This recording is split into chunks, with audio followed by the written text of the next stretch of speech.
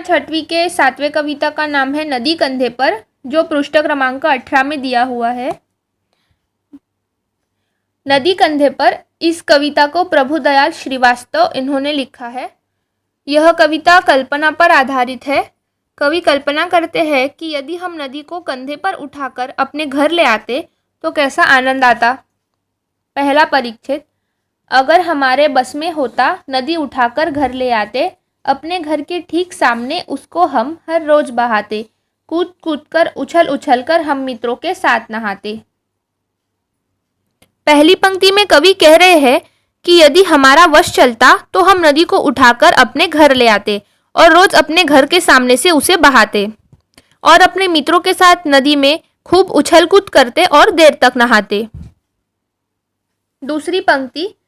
कभी तैरते कभी डूबते, इतराते गाते मस्ताते, नदी आ गई चलो नहाने, आमंत्रित सबको करवाते, सभी उपस्थित भद्रजनों का नदिया से परिचय करवाते, अगर हमारे मन में आता झटपट नदी पार कर जाते।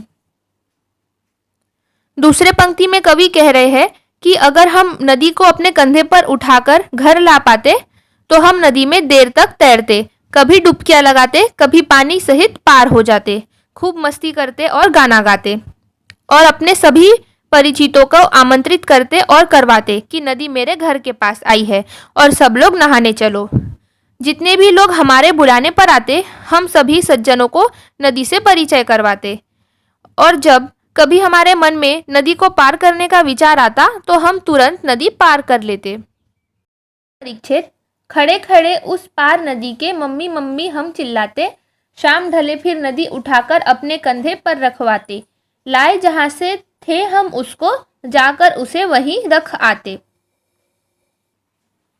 तीसरे परिच्छेद में कवि कह रहे हैं कि जब नदी हमारे घर के सामने से बहती तब हम नदी के दूसरी ओर खड़े होकर जोर जोर से माँ को आवाज लगाते और खूब चिल्लाते, और जब शाम रात में बदलने लगती तब हम अपने मित्रों की सहायता से नदी को अपने कंधे पर रखवाते और उसे वहीं जाकर रखाते जहाँ से उसे लेकर आए थे।